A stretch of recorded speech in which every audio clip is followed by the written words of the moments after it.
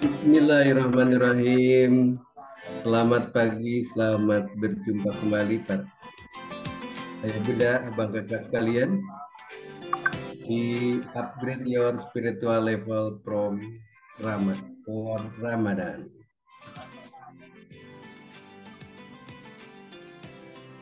Baik, kami ucapkan selamat datang kepada teman-teman sekalian dari seluruh Nusantara Indonesia di Upgrade Your Spiritual Level pada pagi ini. Baik, dipersilakan bagi yang sudah masuk terlebih dahulu untuk mengisi kolom chat dari kota mana saja yang sudah hadir pada pagi ini.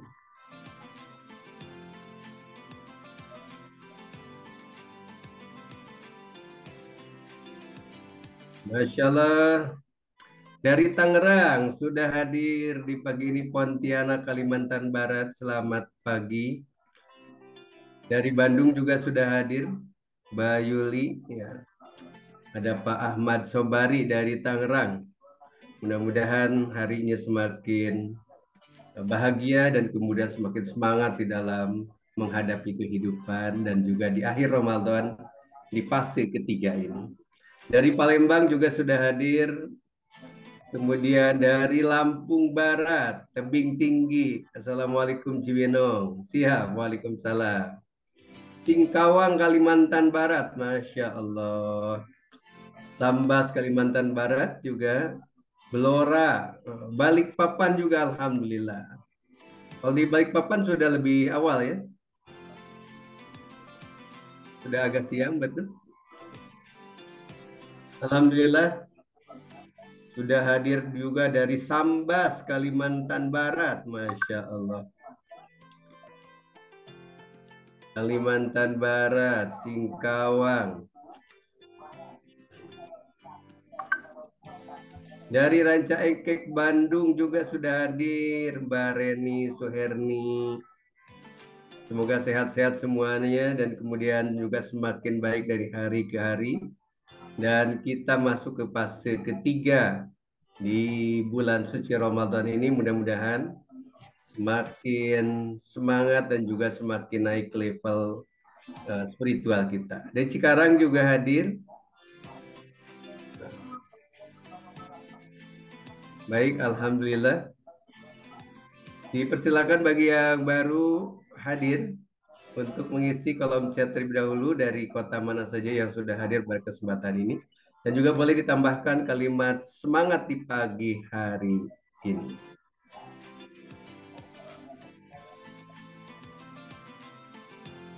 Sahabat Art of Tawa, mudah-mudahan hari demi hari semakin meningkat semangatnya, meningkat spiritualnya, dan juga keberkahan, kemuliaan yang Allah limpahkan semakin baik lagi dari hari ke hari.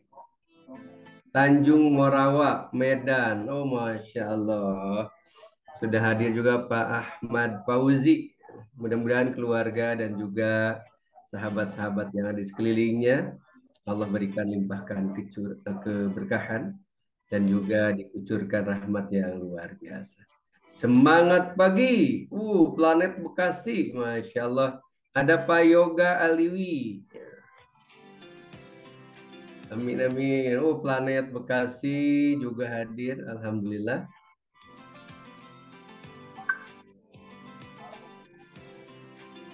Dari Bogor juga hadir Mbak Pina. Mudah-mudahan juga keluarga dan juga putra-putri kalau sudah berkeluarga, mudah-mudahan Allah senantiasa berikan peningkatan level spiritualnya yang luar biasa sehingga menjadi keluarga yang sakinah mawadah warohmah. Baik, ayah bunda bang kakak, dipersilakan juga sahabat-sahabat atau dakwah yang masih di pintu masuk, dipersilakan untuk masuk ke dalam ruangan.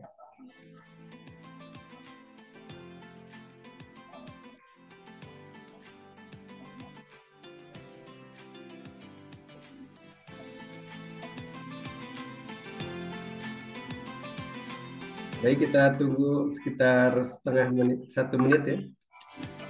Yang beberapa yang masih loading nampaknya.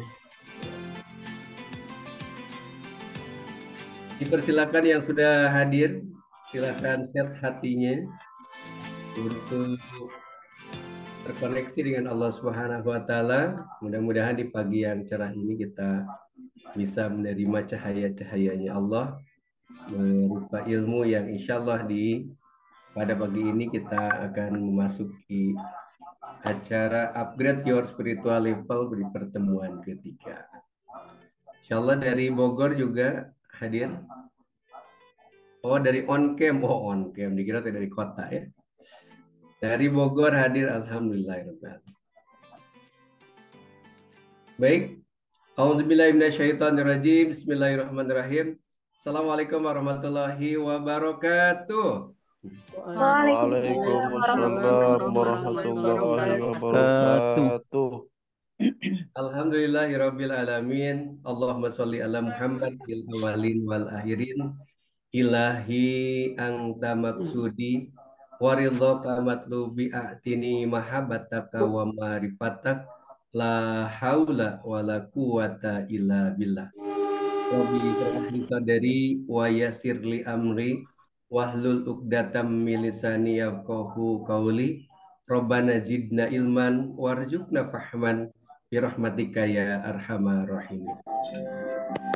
Alhamdulillah, di pagi yang cerah ini Allah Subhanahu wa taala masih memberikan nikmat yang luar biasa sehingga di hari Sabtu pagi ini kita tak terasa sudah masuk ke penghujung Ramadan di sesi ketiga, yaitu di pertemuan ketiga juga dalam acara Upgrade Your Spiritual Level for Ramadan. Insya Allah bersama Art of Dakwah.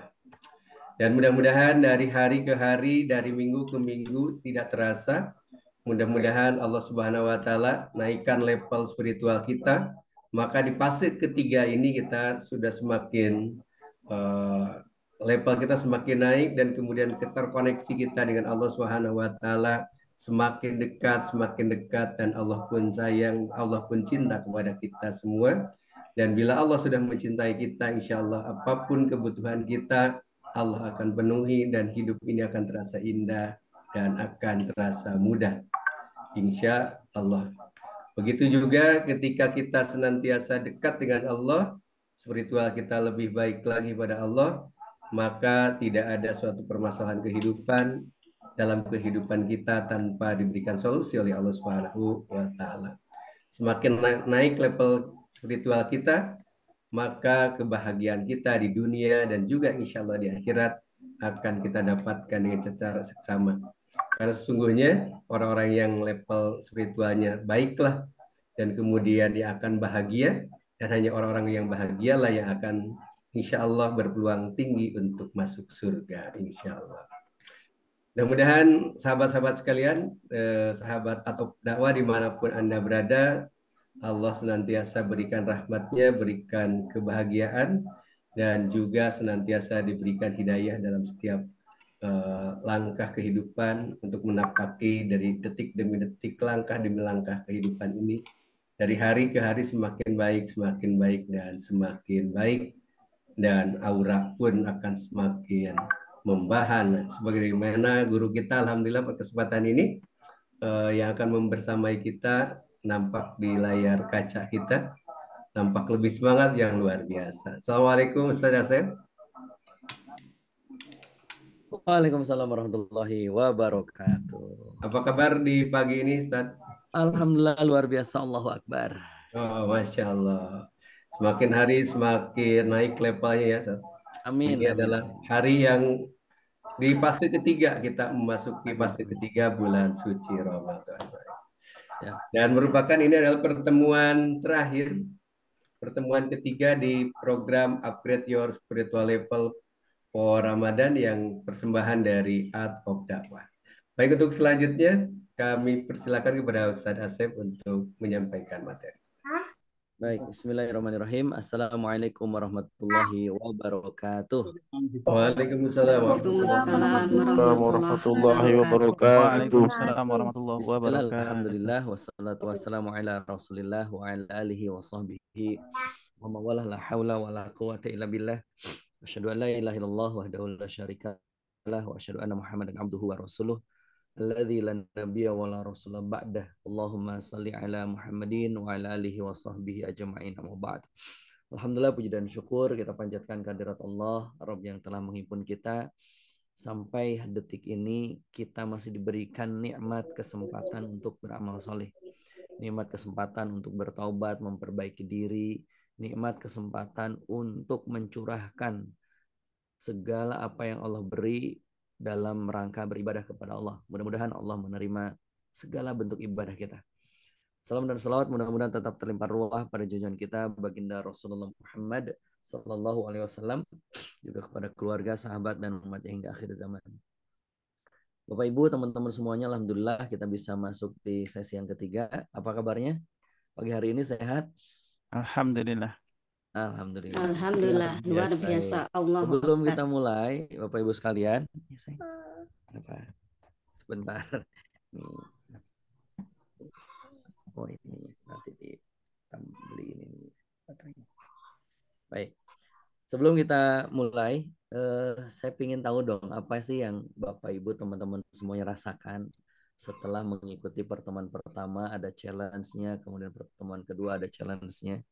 Apa yang Bapak Ibu rasakan, teman-teman rasakan? Boleh dong, boleh unjuk tangan siapa yang mau cerita dan apa yang dialami gitu selama proses pembelajaran kita. Ada? Silahkan open mic. Halo. Ya, Assalamualaikum. Oh, waalaikumsalam warahmatullahi wabarakatuh. Siapa nih, Pak Henry ya? Ya, betul. Ya, silahkan. Ya, setelah mengikuti 2 kali pertemuan kita ya, yang saya rasakan saya semakin semangat untuk beribadah, Ustaz. Baca Qurannya, kemudian yang itu ya, terutama saya yang share konten dakwah. Biasanya saya kurang itu. Gitu. Oke, baik. Ya, itu Ustaz. Siap, makasih. Perasaannya gimana, Mas Henry? Perasaannya ya senang sekali gitu ya, bisa berkumpul bersama orang-orang solih ya, walaupun lewat virtual ya. Kemudian perasaannya semakin semangat begitu Ustaz beribadah. Jadi memang harapannya komunitas-komunitas seperti ini tetap ada gitu setelah Ramadan. Amin, insya Allah. Mohon doanya. Baik. Makasih, Ya. Mas Henry. Berikutnya tadi ada Ibu siapa? Bude, Ustaz.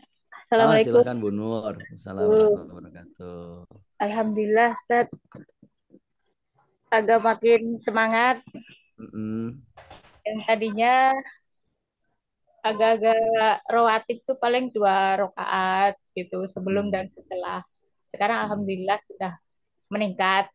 Alhamdulillah. Dan kalau ada, karena Bude itu lagi masa idah ya, jadi di dalam aja. Alhamdulillah setiap ada tetangga datang itu pengennya menyampaikan tentang dakwah, tentang Islam gitu. Nah, alhamdulillah juga, ya Masya Allah ya, emang harus dicas gitu, Tat. Kalau nggak dicas kayaknya agak lemot gitu. Ternyata Masya Allah setelah dicas ya, alhamdulillah, barokallah ilmunya Ustaz. Mudah-mudahan selalu sehat, Allah jaga, Allah lindungi, Allah berkahi ilmunya. Hingga akhirnya juga teman-teman semuanya yang ikutin kelas ini semoga semakin semangat. Cuman kalau bikin konten masih belum bisa. Oke, siap. Nggak apa-apa Bu Denur. Ya. Alhamdulillah, jazakumullah khairan khasiran. Dan ilmunya semuanya. Assalamualaikum warahmatullahi wabarakatuh. Barakallah. Baik, oke. Ada lagi satu lagi mungkin? Ada? Assalamualaikum. Oh, silakan. Pak Budi, monggo. Ya, Ustaz, jadi semakin menantang, Ustaz. Yang tadinya terpaksa, harus dipaksakan kalau mau. Terus yang itu apa namanya? Yang tadinya malah jadi menyesal kalau misalnya ada satu rawatib yang tidak terlaksana. Kayaknya ada penyesalan itu. Ada yang kurang itu, Ustaz. Gitu. Terus kalau misalnya sholat tarawih agak telat, aduh kayaknya nyesel banget deh, nggak bisa tepat waktu itu. Ya. Cuma kalau yang bikin konten-konten sama dengan Bu Denur masih belum. Ya, nggak apa-apa. Ya sudah, Siap, baik. Makasih Pak Budi ya. Terima kasih. Baik Bapak Ibu teman-teman semuanya, memang semua hal itu kan diawali dari paksa gitu, dipaksa, di stretch gitu kan, bahwa bagaimana kita akan mampu melakukan kalau kita belum pernah memaksa gitu kan diri kita untuk melakukan hal tersebut. Nah, mudah-mudahan sekali lagi challenge ini kan bukan dalam tanda petik ya, bukan unjuk-unjukkan gitu kan, saya sudah ngisi bukan. Tapi bagaimana tadi seperti Pak Henry dan Pak Budi bilang dan juga Bu Denur, kita memaksimalkan waktu kita untuk saling fastabiqul khairat gitu kan, melatih diri kita gitu kan untuk makin push gitu kan amalan-amalan kita. Baik, makasih teman-teman semuanya. Alhamdulillah, mudah-mudahan menjadi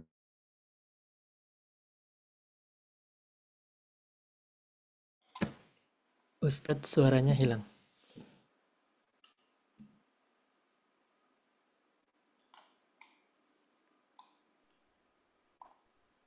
bentar.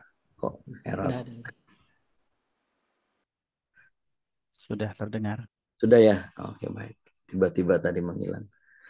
Oke, baik, kita lanjutkan sekarang. Ada yang lagi ibu-ibu dari Katulistiwa, dari garis Katulistiwa?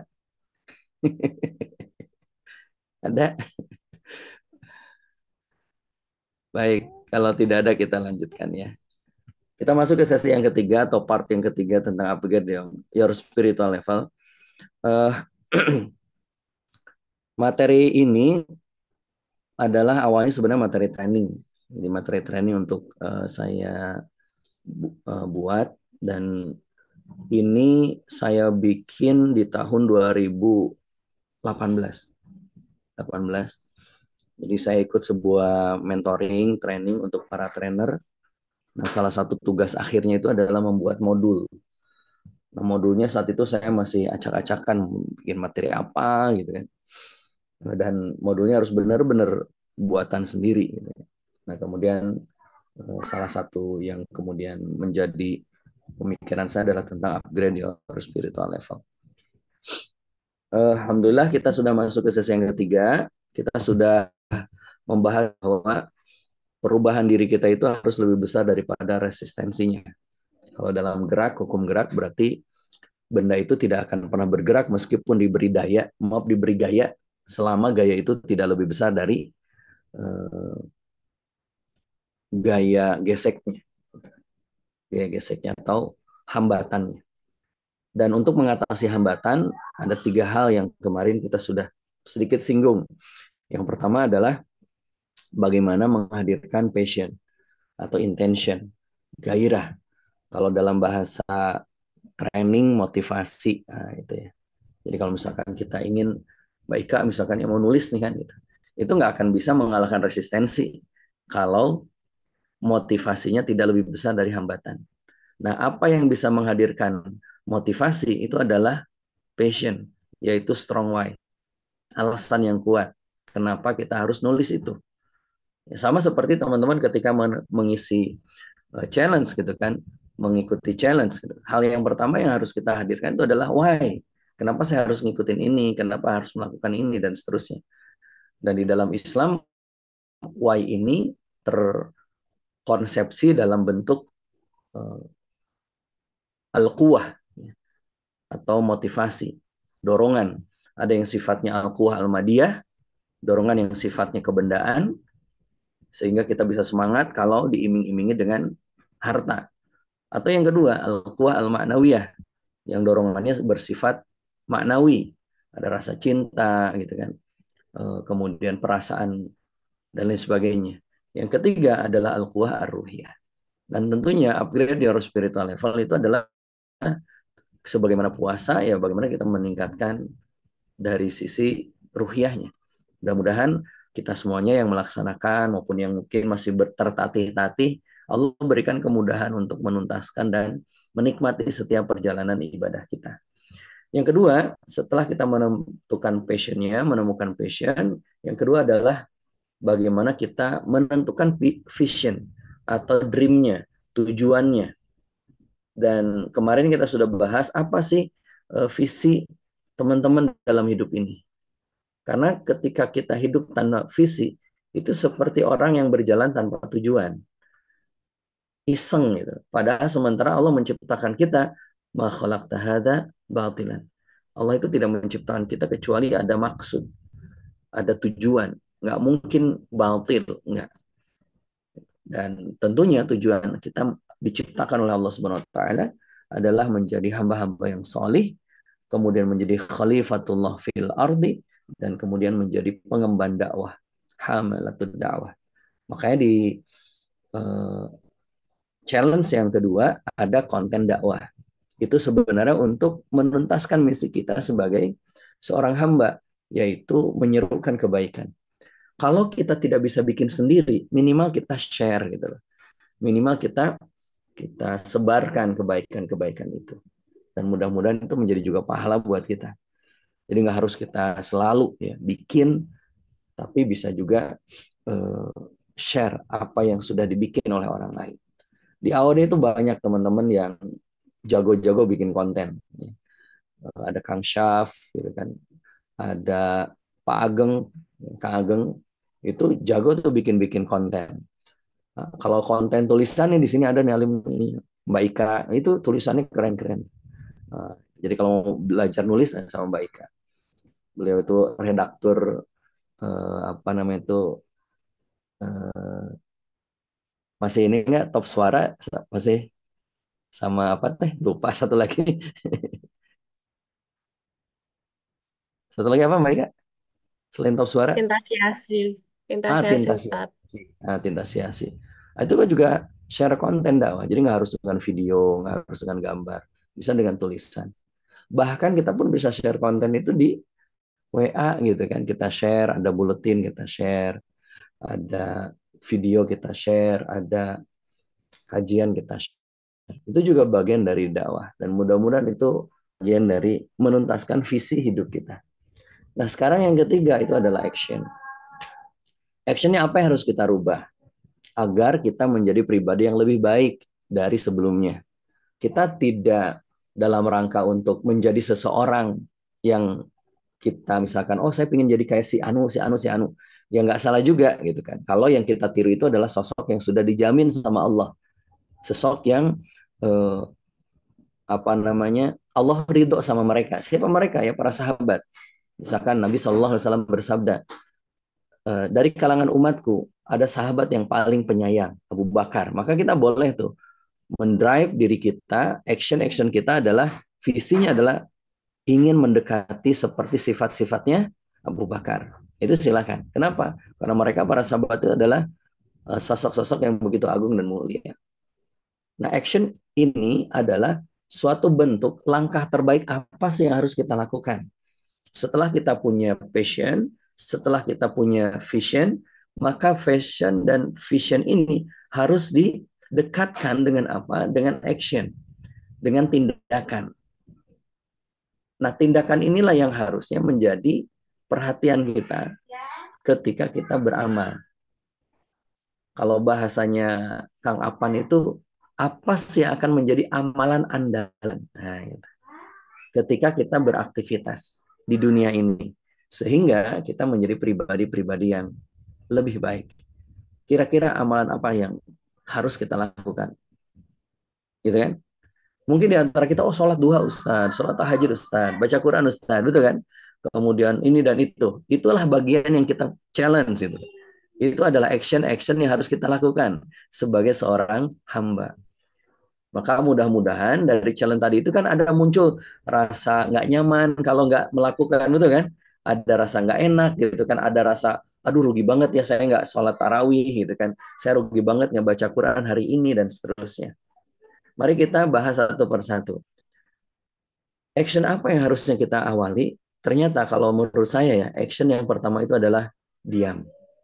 Ngapain diamnya? Mengakui kalau kita itu lemah. Makanya orang-orang yang gagal itu bukan gagal tidak beraction, tapi gagal ketika dia beraction menisbatkan tindakan dia, amal dia kepada kekuatan dia. Padahal kita itu serba terbatas, kita itu serba kurang, kita itu perlu kekuatan dan pertolongan dari Allah. Makanya disinilah seorang hamba action pertamanya adalah tawakal. Diam itu untuk mengakui bahwa ya Allah saya itu lemah ya Allah, tanpa pertolonganmu maka tolong hamba ya Allah. Kita nggak akan bisa melaksanakan action sholat itu, tilawah, baca Quran dan sebagainya itu tanpa pertolongan dari Allah. Makanya ketika kita keluar dari rumah, doa pertamanya apa? Bismillahi tawakkaltu 'alallahi la haula wala quwata illa billah. Maka kita itu harusnya sosok-sosok hamba yang nyerah, pasrah sama perintah Allah, sama takdirnya Allah, sama maunya Allah. Jadi kalau Allah sudah sholat, saya nggak akan membantah, pasrah. Makanya disebut dengan muslim. Orang-orang yang muslim itu orang-orang yang nyerah, pasrah dengan segala perintah Allah. Nggak ada pilihan lain. Adamul khiyarah. Nggak ada pilihan yang lain. Jadi kalau misalkan buat ibu-ibu, wanita itu harus pakai jilbab, dia nyerah. Udah, saya nggak punya pilihan lain, gitu loh. Kenapa? Karena tidak ada daya dan kekuatan kecuali milik Allah. Itu yang pertama. Maka langkah yang harus kita perbanyak, bil khusus di Ramadan itu adalah memasrahkan diri kita sama Allah. Bertawakal kita sama Allah. Maka nggak usah khawatir dengan dunia. Gitu. Kapan punten ya, beberapa waktu ini kalau saya ya di Ramadan itu kan banyak jadwal mendadak. Tiba-tiba ada undangan dari kementerian, dari BUMN, dari apa. Sementara kita sudah berakad misalkan untuk ngisi kajian halaqah misalkan. Kajian kitab. Coba. Wah, kajian kitab nggak ada duitnya gitu kan. Ini kalau diundang di kementerian, ini ada duitnya nih kapan gitu. Kalau kita tidak pasrah dengan aturan yang Allah turunkan, aufu bil uqud, maka pasti kita akan merasa bahwa udahlah, nanti aja lah kalau ngisi kajian mah, ini mumpung nih mau ketemu dengan menteri gitu. Kan begitu. Nah, disinilah kemudian kita harus memfokuskan pikiran, hati, dan diri kita untuk benar-benar memasrahkan hidup kita itu sama Allah. Menjadikan diri kita itu nothing. Untuk menjadi something, kita harus tawakal sama Allah. Betul nggak? Coba, kalau Allah sudah mencabut nyawa kita, kita bisa ngapain? Nggak bisa ngapa-ngapain. Ini sebuah saya aja nih, udah beberapa hari ini serah. Gitu kan. Sampai kemarin hari Kamis, jadwal saya batalin. Gitu kan. Beberapa jadwal, karena udah habis. Gitu. Kalau Allah sudah mentakdirkan, udah. Apa yang bisa kita lakukan? Nggak ada. Maka kemudian, ya jangan mengandalkan tindakan dan kekuatan kita, itu aja lah gitu. Betul nggak Kang Apan? Kang Apan tuh punya pesantren, santrinya anak-anak yatim hampir berapa? 400 ya kalau nggak salah. Itu di daerah Sukabumi. Berapa? 260 yang di Sukabumi. Oh, 260. Nah, 260. Itu kan para santrinya itu anak-anak yatim gitu. Dibiayain sama beliau. Kalau nggak pasrah sama Allah, dari mana duitnya? Oh, gitu. Dari mana duitnya? Dari Allah lah, gitu kan. Betul kan? Ada yang nyumbang, ada yang ini, ada yang ngasih ini, ya begitulah. Insya Allah nanti sore kita akan bukber ya. Ayo tuh yang Bogor, Jakarta, ayo kita datang ke Bogor ya. Kita bukber bersama bareng-bareng. Munajah juga dekat kok dari Malaysia ke Indonesia itu cuma 2 jam saja. Dari Pontianak juga cuma 1,5 jam gitu kan, nggak nyampe 2 jam gitu kan. Cuma tiket aja sih yang mahal ya. Kalau dari Liwa yang jauh, Ustaz. Oh gitu ya. Iya. Kalau ke bandara harus 6 jam nih. Oh iya ya, ke bandara yang lama ya. Kayak kemarin saya ke Batu Licin ya, dari Batu Licin 7 jam gitu kan ke bandara. Menyerah pasrah. Itu yang pertama. Yang kedua, action yang harus kita lakukan dan kita perbanyak. Jadi kalau yang pertama ini adalah tawakal, kita serahin sama Allah. Pokoknya serahin aja sama Allah. Pokoknya bismillahirrahmanirrahim. La haula wala quwata illa billah. Hasbunallahu wa ni'mal ni'mal wakil, ni'mal maula wa ni'mal nasir. Pokoknya apapun serahin sama Allah, apapun serahin sama Allah. Jadi itu perasaan di hati kita untuk bergantung itu sama Allah. Jangan bergantung sama suami, kadang suami ngecewain gitu. Jangan bergantung sama istri, kadang istri bikin kesal. Jangan bergantung sama atasan, kadang atasan nggak proporsional. Jangan bergantung sama apapun, kita hanya bergantung sama Allah. Apalagi bergantung kepada sistem yang rusak. Itu kan aneh gitu kan. Kita bergantung pada aturan yang bikin kita sengsara. Ada kapitalis, sosialis, komunis dan sebagainya. Itu aneh gitu. Kalau kita berharap bergantung sama hal tersebut. Nyerah dan pasrah itu sama Allah. Itu yang pertama. Yang kedua, kita di dalam jeda diam itu ngapain? Kita harus mengakui bahwa kita itu banyak salah, banyak dosa. Betul kan? Kenapa kita sholat rawatib? Karena ya Allah, sholat wajib kita nggak sempurna. Gitu. Kenapa kita fokusin tahajud, banyakin sedekah, banyakin ini? Karena kita itu banyak dosa. Betul kan? Maka akui kita banyak dosa, banyak kurang ibadahnya, banyak maksiat, minta ampunan sama Allah. Bahkan teman-teman sekalian, seandainya, kata Imam Ibnu Qayyim, kita itu punya banyak keinginan, sementara waktu untuk berdoa kita itu sempit, maka penuhilah seluruh doamu dengan istighfar. Kenapa? Karena ketika Allah sudah mengampuni kita, Allah akan cukupkan segala kebutuhan-kebutuhan kita tanpa kita minta.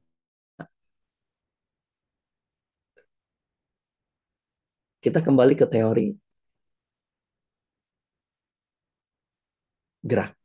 Masih ingat kemarin teori geraknya? F1 tambah F2 harus lebih besar dari F kecil. Apa yang membuat gaya gesek itu menjadi lebih besar? Ayo mana guru fisika? Apa yang membuat gaya gesek itu semakin besar? Apa? Ibu Neng, orang fisika. Apa yang membuat benda itu menjadi gaya geseknya besar? Untuk didorong, untuk ditarik. Karena apanya? Karena masanya, karena bebannya. Semakin berat itu beban, maka akan semakin diperlukan gaya yang besar untuk mendorong. Artinya semakin besar gaya geseknya. Kapan mindahin lemari kosong dengan mindahin lemari penuh dengan buku, ya. Sama atau beda? Beda kan gitu.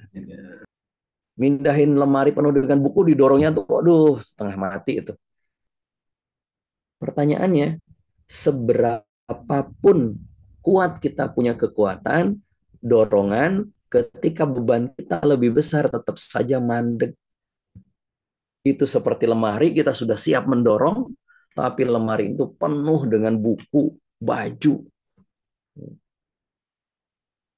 Maka apa yang menjadi beban di dalam diri kita sehingga kita berat untuk bergerak, berat untuk move on, berat untuk melangkah, berat untuk elevate, berat untuk upgrade, tidak lain adalah maksiat. Jadi beban hidup terbesar dalam diri kita itu adalah dosa. Makanya Allah Subhanahu wa taala berfirman, "Wa ma asabakum min musibatin fabima kasabat aidikum." Jadi kata Allah, dan apa saja, apapun musibah, kesulitan yang menimpa diri kita itu disebabkan oleh perbuatan diri kita sendiri. Dan Allah memaafkan sebagian besar kesalahan-kesalahan itu. Makanya dalam tafsirnya dikatakan bahwa tidaklah musibah turun. Ini perkataannya Imam Ali. Tidaklah musibah turun melainkan karena dosa. Oleh karena itu, tidaklah bisa musibah hilang melainkan dengan taubat. Maka agar kita bisa upgrade diri kita, berubah, itu yang harus kita perbanyak adalah taubat. Ngaku di hadapan Allah, ya Allah, saya itu hamba yang banyak dosa. Maafin hamba ya Allah. Menurut orang aja saya itu mulia, menurut orang saja saya terhormat, menurut orang saja saya banyak ini dan itu. Sebenarnya saya itu banyak dosa ya Allah. Dan Allah Maha tahu dosa-dosa kita, bahkan isi hati kita. Maka banyak taubat sama Allah. Itu action yang kedua. Dalam ayat yang lain Allah juga berfirman, "Ma asabaka min hasanatin faminallah." Jadi apa-apa yang menimpa kita berupa kebaikan, faminallah, itu yang pertama ya. Dari Allah. Wa ma asabaka min sayyi'atin, kalau menimpa diri kita sebuah keburukan, famin nafsik. Itu dari diri kita.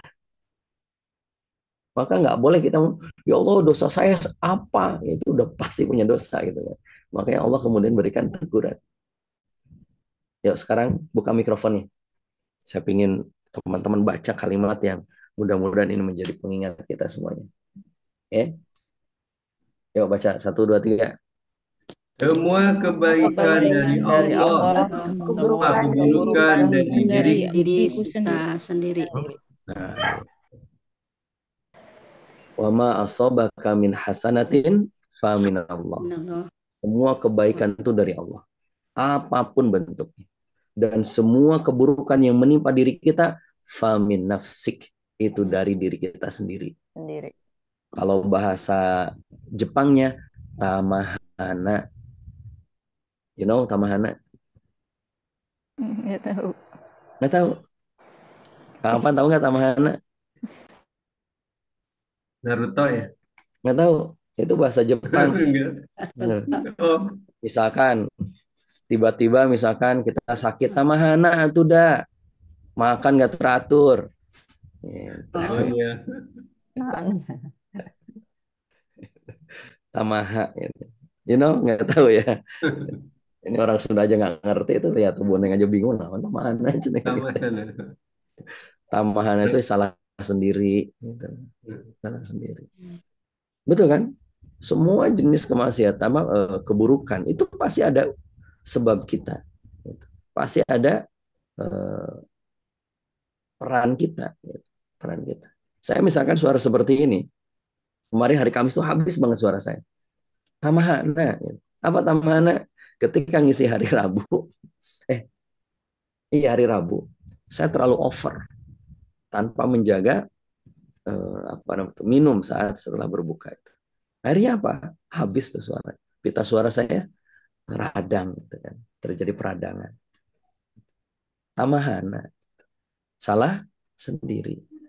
Jadi kalau misalkan kita berdakwah nih, gitu kan, lantas kemudian kita ditolak ya, tamahana dakwah salah ya kalau itu ya, itu mah resiko kebaikan. Gitu. Ya memang begitulah. Gitu. Dulu saya tuh pernah dan teman-teman sekalian berangkat ke Bandung mau operasi katarak Hilmi, tiba-tiba di Cipularang mobil saya mogok. Ketika mobil saya mogok, saya kira mogok kenapa gitu kan. Ternyata ketika mogok baru tahu ternyata harus turun mesin.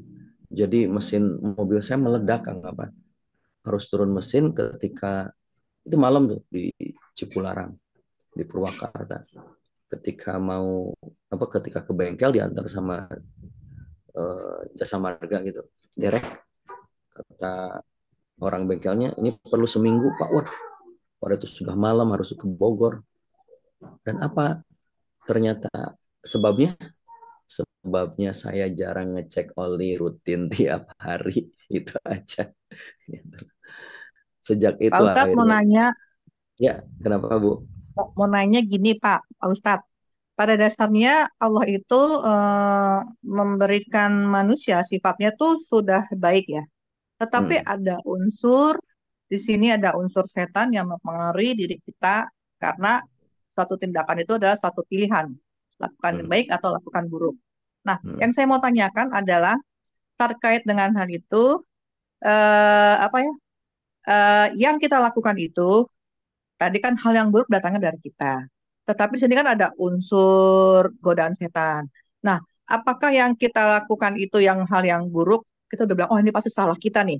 Tapi apakah itu jatuhnya satu takdir? Sedangkan kita udah berusaha nih, tetapi Ya, lebih kuat baik. condong yang buruknya Hmm, itu. Apakah itu Ya, satu baik. takdir? Nah, gini Baik. Pak Ustadz masalahnya ya. Satunya, saya sudah berpikir, oh ini pasti salah saya. Oke, apakah ini takdir? Oh pasti bukan, ini salah saya. Kedua kali saya kejadian seperti itu lagi. Apakah itu dinamakan takdir? Nah, kalau itu memang takdir saya, bagaimana saya merubah itu supaya saya menuju ke arah yang lebih baik, gitu Pak Ustadz. Ya. Baik, makasih. Iya. Apa yang kita lakukan jangan dikaitkan dan dibahas secara bersamaan dengan pembahasan takdir, Bu. Kenapa? Karena nanti misalkan kenapa nggak sholat gitu kan? Wah ya ini nih apa namanya itu digoda setan. Kan akhirnya jadi begitu kan? Akhirnya nggak sholat Iya. apa? Oh sudah takdirnya nih nggak sholat. Kan Allah Maha mentakdirkan gitu. Kalau saya harus ditakdirkan sholat, harusnya saya sholat dong. Gitu. Kenapa? Domainnya beda. Domainnya takdir Allah itu adalah domainnya Allah yang kita nggak tahu sampai kejadian itu terjadi. Dan takdir Allah itu berupa catatan ilmu Allah, tidak bersifat paksaan dalam hidup kita.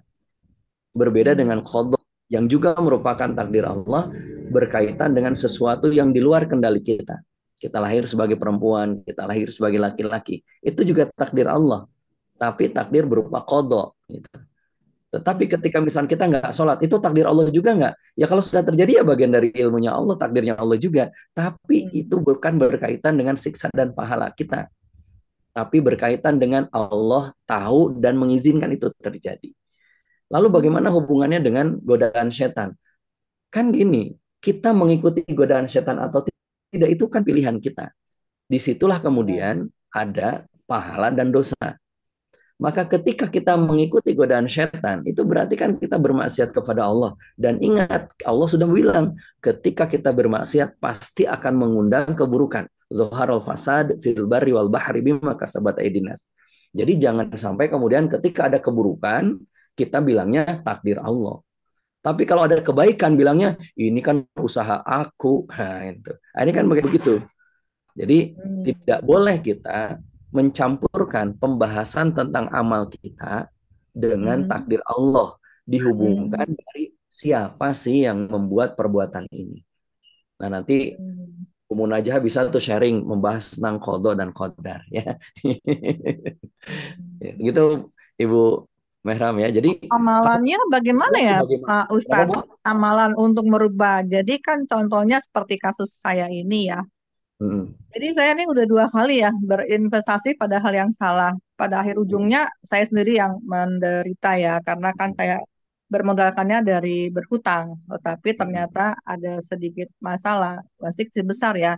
Akhirnya saya nanggung sendiri dan ini udah 2 kali kejadian. Nah, itu apa yang saya harus amalkan ya supaya tidak terjadi sama kalau bisa kembali uang saya.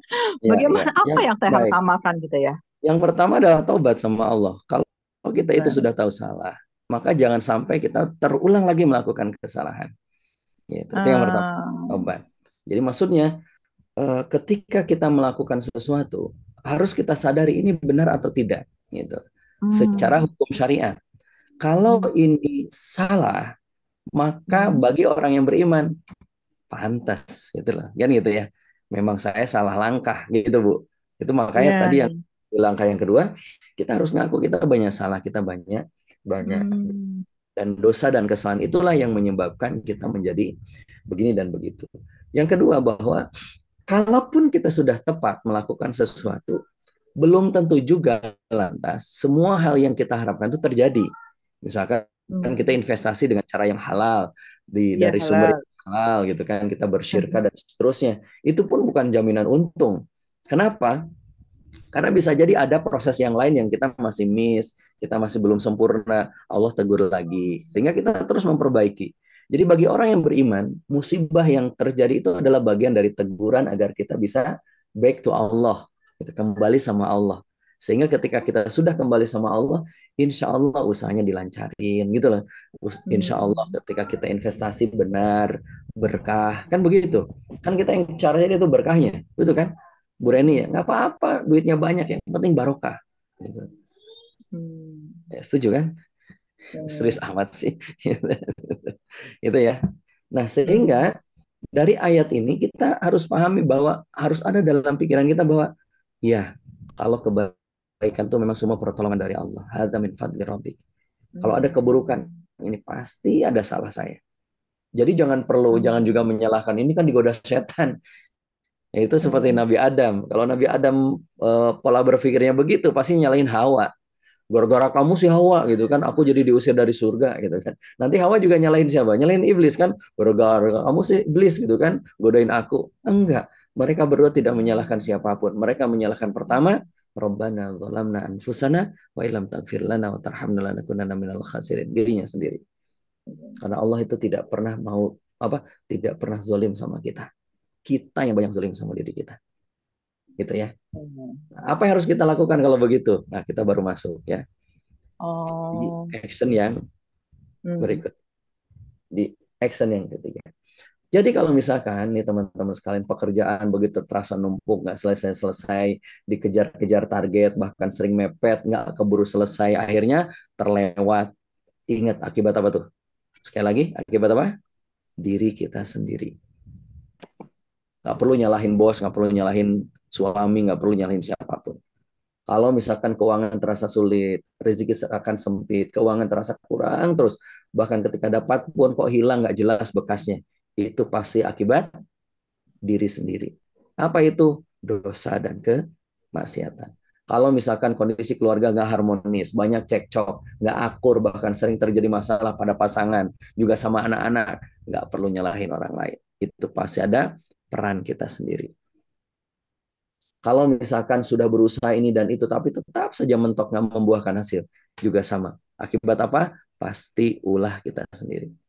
Kalaupun misalnya masalah datang silih berganti, belum selesai satu musibah, sudah datang musibah dan kesulitan lainnya. Terasa berat menjalaninya. Itu pun ada. Mungkin kita jarang dekat sama Allah. Mungkin kita jarang berpasrah sama Allah. Kemarin hari Kamis, ibu saya kambuh. Jadwal saya batalin tuh ada berapa? 1, 2, 3 atau 3 jadwal saya batalin. Saya harus pulang ke Sukabumi. Saya boyong anak-anak izin dari sekolah. Kenapa? Saya kok perasaan saya nggak enak gitu kan. Kayaknya kumpul lah di rumah. Mau dibawa ke rumah sakit nggak? Saya cek dulu, nggak usah. Di sini aja. Kita doa, kita zikir. Apa hikmahnya? Hikmahnya adalah, ya, mungkin kita terlalu banyak kesal kalau ngurusin orang tua yang sedang sakit. Kedua, kita itu mungkin selama ini jarang berbakti sama orang tua. Maka Allah beri orang tua sakit agar kita terdorong untuk berbakti. Mau tidak mau. Kenapa orang tua sakit? Jangan-jangan Allah ingin negur kita selama ini kemana aja, jarang ngumpul. Ya kan? Dengan sakitnya orang tua, hikmahnya kita bisa ngumpul dengan keluarga. Banyak kemudian hikmah yang bisa kita tarik di situ. Tapi tetap pasti ada kita. Nggak perlu nyalain orang tuanya. Nggak perlu nyalain takdir Allahnya. Kalau misalkan ibadah terasa hanya rutinitas, nggak rasa, hati kosong, bahkan sholat, tilawah nggak ada rasa, kehilangan ruh beribadah, itu sudah pasti karena dosa. Kalau bisnis tak kunjung berkembang, sudah melakukan ini dan itu tetap saja mandek, bahkan ini rugi, buka itu rugi, tiap ini gagal, usaha ini nggak berhasil, pasti ada dosa yang belum kita tobati. Kalau misalkan karir terasa diam aja, mandek, dari dulu begitu-begitu saja, nggak ada perkembangan, demi Allah, ada dosa yang belum kita benar-benar bertobat. Maka kalau misalkan kita berulang lagi, ingin menunjukkan sama kita, ayo dong sadar bahwa ada dosa yang pernah kita lakukan. Terus minta sama Allah permohonan maaf. Maka kata Ibnu Rajab yang mengatakan, tidaklah disandarkan suatu kejelekan melainkan pada dosa. Karena musibah itu, semua disebabkan karena dosa. Apapun bentuknya. Bahkan Imam Al-Ghazali menyebut bahwa maksiat itu punya efek dan akibat 10. 1. Menghalangi diri dari ilmu, menghalangi diri dari rizki, menghalangi diri dari taat, menghalangi diri dari kemudahan, menyulitkan urusan hidup, mengundang kemaksiatan lain, melemahkan dan mengosongkan hati, membuat jarak dengan Allah, lemahnya agama dan badan, lenyapnya nikmat dan mendatangkan musibah dan bencana. Itu akibat dari maksiat. Mungkin dulu kita nggak sadar pernah makan riba, ngambil riba. Mungkin dulu kita nggak sadar pernah menzalimi orang. Mungkin dulu kita nggak sadar pernah nyakitin orang. Mungkin dulu kita nggak sadar pernah ninggalin sholat. Mungkin dulu kita nggak nyadar pernah bermaksiat dengan mata kita. Banyak itu yang kita nggak pernah sadar. Gitu. Maka hal pertama yang harus kita lakukan adalah bertobat. Makanya Abdullah ibn Abbas mengatakan, sesungguhnya untuk kebaikan ada sinar pada wajah, cahaya pada hati, kelapangan pada rezeki, kekuatan pada badan, dan kecintaan dari hati banyak orang terhadap dirinya. Adapun perbuatan maksiat menimbulkan warna hitam pada wajah, gelap, kusam, kegelapan dalam kubur dan hati, kelemahan pada badan, malas terus ibadah, nggak kuat terus ibadah, kekurangan rizki, dan rasa benci padanya di hati banyak orang. Maka action yang harus kita lakukan adalah yang kedua, bertaubat, banyak minta sama Allah. Ya Allah, saya salah ya Allah. Saya banyak dosa ya Allah. Maafin hamba ya Allah. Maafin hamba ya Allah. Itu ya. Nah, yang terakhir, apa actionnya yang harus kita lakukan adalah ketuk pintu langit untuk mengubah takdir. Tadi yang ditanyakan oleh Ibu Mehram, terus apa yang harus kita lakukan? Ini dia Bu yang harus kita lakukan. Dan semuanya sebenarnya sudah Bapak Ibu lakukan di challenge yang pertama dan kedua. Apa itu? Yang pertama, ubah takdir itu dengan apa? Doa itu mengubah takdir, kata Nabi. Maka ubahlah takdir itu dengan banyak-banyak berdoa. Kita nggak tahu takdir kita, betul kan? Maka mudah-mudahan terus berubah menjadi lebih baik. Beralih dari satu takdir ke takdir Allah yang berikutnya. Itu dengan doa. Maka di challenge itu kan banyak, termasuk mendoakan orang lain. Itu doa kebaikan kepada orang itu balik sama kita. Salat itu mengundang pertolongan. Wasta'inu bis-sabri was-salat. Maka jadikan salat itu sebagai pengundang pertolongan. 3. Salawat itu membeli impian, teman-teman. Makanya dulu saya diajarin sama guru-guru saya, kalau mau punya sesuatu, salawatin dulu. Kenapa? Karena salawat itu punya barokah. Itu tawasul untuk mengundang kebaikan itu dengan bersolawat. Makanya kalau kita mau berdoa, selain memuji Allah, bersolawat dulu agar doa kita diijabah sama Allah. Yang keempat, sedekah itu pasti akan memudahkan harapan kita, bahkan mengobati penyakit yang sedang kita alami. Makanya kata Nabi, obatilah penyakitmu dengan sedekah. Jadi selain melepaskan kemelekatan kita dengan dunia, sedekah itu membuat hati kita menjadi nyaman. Zikir dan tilawah itu menenangkan hati. Jadi kalau misalnya teman-teman sering gundah, stres, cobalah perbanyak baca Quran. Cobalah perbanyak zikir sama Allah. Itu hati menjadi tenang. Kayak kemarin kan di YouTube, di Instagram, viral tuh kan, yang surah Maryam itu kan. Maryam ayat berapa? 30 berapa itu teh? 30-an lah kalau nggak salah. Qala inni ayat. Yang itu kan yang nadanya itu anak-anak kecil di mana? Di Afrika gitu kan.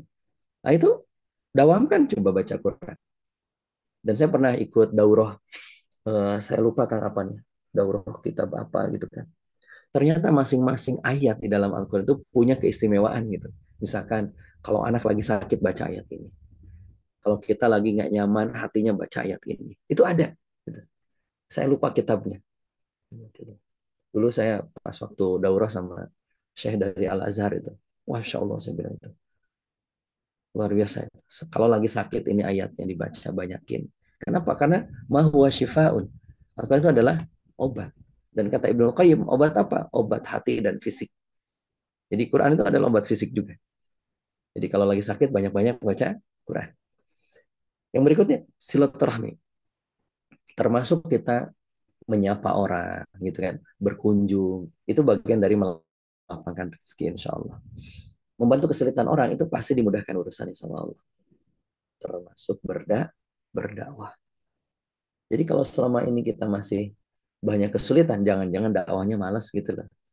Harusnya kita itu semakin banyak kesulitan, harusnya semakin semangat berdakwah.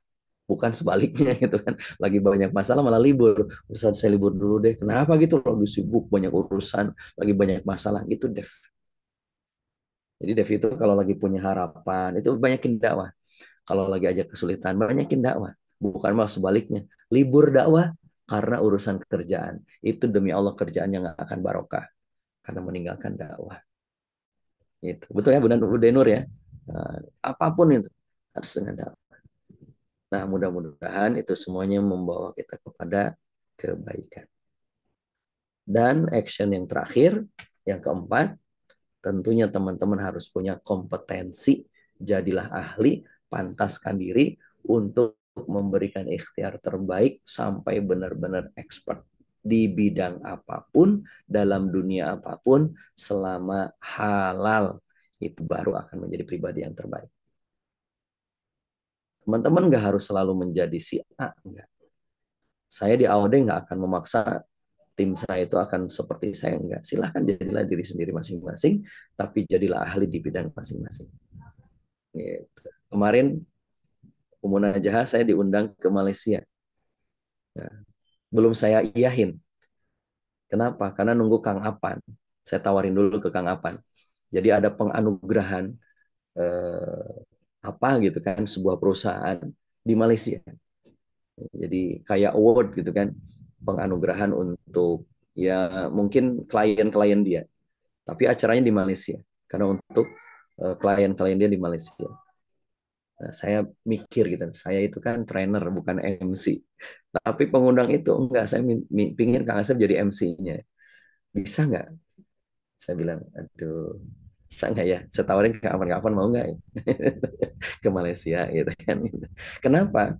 Karena benar, gitu. Saya itu bukan ahli jadi bidang MC, gitu. Walaupun saya beberapa kali dan tahulah dunia MC. Gitu. Tapi saya memang nggak mau nge-brand saya jadi MC. Kalau Munajah mau ambil boleh lah, tak gitu, tak kasih nomor panitianya, gitu. Gitu. Itulah jadi ahli. Jadilah ahli dalam bidang apapun, termasuk ahli dalam challenge itu. Jadilah ahli sedekah, jadilah ahli rawatib, jadilah ahli Quran, jadilah ahlu yang lain. Dan mudah-mudahan menjadi pengundang pertolongan Allah. Amin ya rabbal alamin. Baik, teman-teman sekalian, itu dulu yang bisa saya sampaikan. Mudah-mudahan teman-teman di kelas ini dapat manfaatnya. Dapat nggak manfaatnya? Dapat Ustaz. Alhamdulillah. Mudah-mudahan ya semuanya diberikan kebaikan oleh Allah Subhanahu wa taala. Dan sekali lagi yang mau ikut hadir di acara bukber ya nanti sore silahkan hadir ya. Monggo yang dekat-dekat monggo hubungi Kang Devi dan Mbak Jessi. Dari Malang, Surabaya itu dekat Kembali kayak nggak jauh. Masih keburu. Ya, ya. Baik, itu saja mungkin Kang Afan dan teman-teman semuanya. Mudah-mudahan bermanfaat. Izin undur diri dan tentunya mudah-mudahan di program ini mudah-mudahan ada manfaatnya sekali lagi untuk kita bisa men-challenge kita menjadi lebih baik, terdorong untuk menuntaskan amalan-amalan yang mungkin selama ini kita sering abaikan. Dan mudah-mudahan di Ramadan ini Allah memberkahi kita sehingga kita menjadi hamba-hamba yang jauh lebih bertakwa, lebih mampu menjadikan kita hamba-hamba yang solih. Amin ya rabbal alamin. Terima kasih. Saya serahkan lagi kepada Kang Apan. Mohon maaf atas segala khilaf. Assalamualaikum warahmatullahi wabarakatuh. Waalaikumsalam Assalamualaikum warahmatullahi warahmatullahi wabarakatuh. wabarakatuh. Masya Allah luar biasa di Insyaallah. pertemuan ketiga ini haru biru dan kemudian kita semakin jelas benang merah bagaimana kita mengupgrade spiritual kita. Ternyata efek daripada peningkatan spiritual itu bisa berefek terhadap sendi-sendi kehidupan kita, baik karir maupun juga sudut pandang kita menghadapi kondisi kehidupan ini luar biasa. Dan ada 3 tahapan tadi ya. Kalau kita simpulkan ada 3 tahapan bagaimana untuk mengupgrade spiritual kita. Yang pertama kita harus temukan passion yang terbaik, passion, dan action yang luar biasa. Dan alhamdulillah di pertemuan ketiga ini sudah tersampaikan bagaimana runutan apa yang harus kita lakukan, dan mudah-mudahan dari ilmu yang kita dapatkan pada kesempatan ini mampu mendorong semangat kita untuk terus meningkatkan spiritual kita sehingga tahapan demi tahapan kehidupan kita semakin baik, semakin dekat dengan Allah, dan keberkahan hidup pun akan kita dapatkan di berbagai sendi-sendi kehidupan yang luar biasa. Baik Bapak dan Ibu sekalian, barangkali dari Art of Dakwah dari awal hingga akhir membersamai Bapak dan Ibu sekalian di dalam program Upgrade Your Spiritual Level for Ramadan ini mudah-mudahan memberikan efek yang luar biasa untuk kita maksimalkan di Ramadan ini. 10 hari lagi ke depan ini adalah injury time pada bulan Ramadan yang penentu dari suatu kemenangan yang akan kita raih, dan mudah-mudahan kita sampai kepada kemenangan dengan meningkatkan level yang lebih tinggi lagi, dan setelah Lebaran kita jadi pribadi-pribadi yang level spiritualnya meningkat dan maju lebih baik lagi ke depan, sehingga kehidupan kita juga lebih baik, lebih berkah, dan lebih dimuliakan oleh Allah Subhanahu wa Ta'ala. Barangkali insya Allah di sesi terakhir ini kita tidak ada sesi tanya jawab, dan kemudian untuk mendapatkan keberkahan yang luar biasa sebagai closing statement kita berdoa bersama yang kita minta guru kita semua Ustaz Asep. Nah, sebagai closing kita tutup dengan doa dan closing statement dari Ustaz. Terima kasih. Bismillahirrahmanirrahim. Allahumma shalli ala sayyidina Muhammad wa syafina ya maulana Muhammad. Sallallahu alaihi wa sallam kulli sadatina rasulillah ya ajmain. Alhamdulillahirabbil alamin. Hamdan syakirin, hamdan na'imin. Hamdan yufi ni'amahu wa yukafi mazidah. Ya Rabbana lakal hamdu kama yanbaghi li jalali wajhikal karim wa 'azimi sultanik. Ya Allah, hamba bersyukur Engkau hadirkan dalam hidup kami Ramadan tahun ini. Karena tidak ada jaminan kami akan bertemu lagi dengan Ramadan tahun depan. Ya Allah, tolonglah kami memaksimalkan Ramadan ini, ya Allah. Tolong kami untuk bisa memaksimalkan ibadah ini, ya Allah. Jadikanlah kami hamba-hambamu yang sabar dalam beribadah. Jadikanlah kami hamba-hambamu yang ikhlas dalam menerima takdir. Jadikanlah kami hamba-hambamu yang tulus dalam beribadah. Ya Allah, ya Rahman, ya Rahim, tolonglah kami, ya Allah. Bantu kami, ya Allah, dalam menghadapi berbagai macam problema kehidupan. Ampunkan dosa-dosa kami, ya Allah. Kami banyak dosa, kami banyak khilaf, kami banyak keliru. Maafkan dosa-dosa kami, ya Allah. Maafkan dosa-dosa kami, ya Allah. Doa ya Allah, jadikanlah kami hamba-hambamu yang bersyukur. Jadikanlah kami hamba-hambamu yang tawakal. Jadikanlah kami hamba-hambamu yang istiqomah dalam dakwah. Jadikanlah kami hamba-hambamu yang berjuang dalam Islam. Berjuang untuk tegaknya Islam. Rabbana taqabbal minna innaka antas samiul alim wa tub 'alaina innaka antat tawwabur rahim. Rabbana zalamna anfusana wa illam taghfir lana wa tarhamna lanakunanna minal khasirin. Rabbana atina fid dunya hasanah wa fil akhirati hasanah wa qina adzaban nar. Subhanaka rabbika rabbil izzati amma yasifun wa salamun ala mursalin walhamdulillahi rabbil alamin. Assalamualaikum warahmatullahi wabarakatuh. Waalaikumsalam. Waalaikumsalam warahmatullahi wabarakatuh. Kami juga dari Art of Dakwah mengucapkan jazakallahu khairan katsiran kepada Bapak dan Ibu sekalian, sahabat-sahabat Art of Dakwah yang mudah-mudahan dicintai oleh Allah Subhanahu wa Ta'ala, dan kita terhubung, kita terikat dengan kebersamaan ini, dan mudah-mudahan sebagai saksi yaumil akhir nanti bahwa kita pernah bersama-sama dalam mengecas energi, bergandengan tangan untuk senantiasa taat kepada Allah Subhanahu wa Ta'ala. Dari kami, mohon maaf apabila ada sesuatu hal yang tidak berkenan dalam penyelenggaraan Upgrade Your Spiritual Level dari awal hingga akhir. Mohon maaf segala hilaf, dan mohon dimaafkan segala kekurangan atas penyajian training pada awal hingga akhir pada pertemuan kali ini. Dan akhirnya kami juga undur diri. Billahi taufiq wal hidayah. Wassalamualaikum warahmatullahi wabarakatuh. Waalaikumsalam warahmatullahi wabarakatuh. Terima kasih Bapak Ibu. Terima kasih Ustaz. Kang Asep, Kang Devi, Kang Ahmad.